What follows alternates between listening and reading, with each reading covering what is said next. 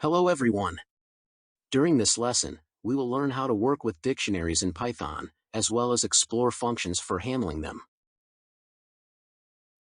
Previously, when creating lists or tuples, we accessed the values of their elements by their indices. In Python, there is also a data type called a dictionary. With this data type, we can specify a so-called key, or in other words, a label for a particular value. Then, using this key, we can access a specific element and work with it. To create a dictionary, we first need to give it a name. Let's call it country. Then, since we are creating a dictionary, we need to use curly braces. So, for lists, we use square brackets, for tuples, parentheses, but for dictionaries, curly braces. Here, we cannot simply start writing elements because each element needs a key. Keys can be anything and can be of different data types. For example, we can assign the key value pair 4:3 by placing a colon after the key and then specifying the value. In this case, to access this element, I would need to write the name of our dictionary here and then specify the key, which in our case is the number 4, in square brackets.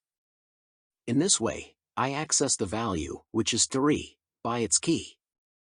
Also, I want to remind you that we can use not only numeric data types but also strings, Boolean values, and tuples as keys. Dictionaries are very convenient for describing objects. Let's say I want to describe a country. The first key could be the country code, and as a value, we can specify any code, let's say UA4 Ukraine. Then, we can add additional elements.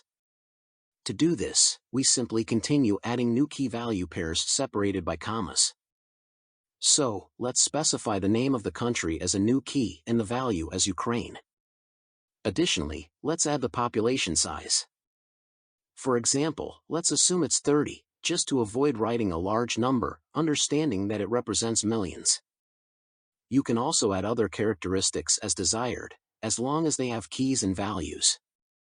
Later, if you need to output only the name of the country, you won't need to remember the index of the specific element. Instead, you just access it by the key you assigned. Writing the key name is much more convenient and pleasant than writing some index. If I run this, I will see the value for this element. Additionally, there exists an alternative way to write dictionaries. After naming the dictionary, we use a function called dict. This is an abbreviation of the word dictionary. Inside, we specify key value pairs, but not in the format described earlier. First, we write the key names, and as values, I specify UA here. Then I specify the name, and as the key, I write the country name, and you can specify other characteristics similarly. If I run this now, everything will be processed correctly. So, we also create keys and values here, but in a different format. I don't like this method using the dict function because in the first method, I can use not only strings but also tuples, numbers, and so on as keys. Therefore, I will use the option with curly braces. Now, I can also additionally output the entire dictionary. For this, in the print function, you simply need to specify the name of the dictionary. If you run this, we will see the entire dictionary. Optionally, we can iterate through all of this using a loop, which we will do now. First, we create a for loop. Inside it, we create a variable where we specify what exactly we are iterating over. We will iterate over our dictionary, so here we write the name of our dictionary, country. Here, I will simply print our variable element to the screen. After running the program, we may notice that instead of values, keys are displayed, so it would be more logical to rename our variable to key. Therefore, if we create only one variable in the loop, we will always get only the keys.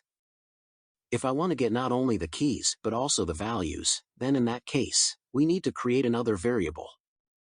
Let me name it value. Also, here, I need to not only refer to the name of the dictionary but also to a function called items. Additionally, for the print function, I need to add the new variable, and let's add some separation between them.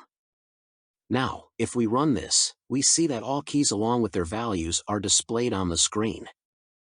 Thus, for iterating through a dictionary, we can use a for loop and iterate over keys with their values. Now let's consider the functions that exist when working with dictionaries.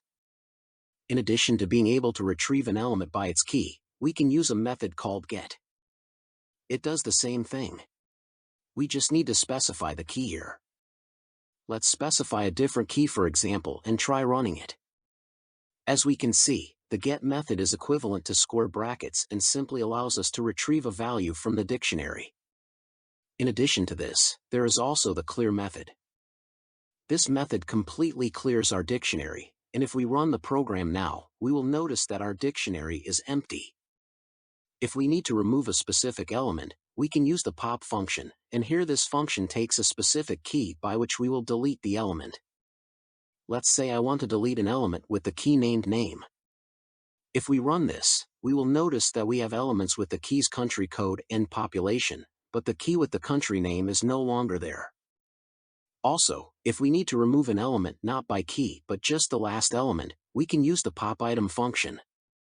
We will notice that the last element with the population has been deleted. We also have functions that allow us to get either keys and values, or just values.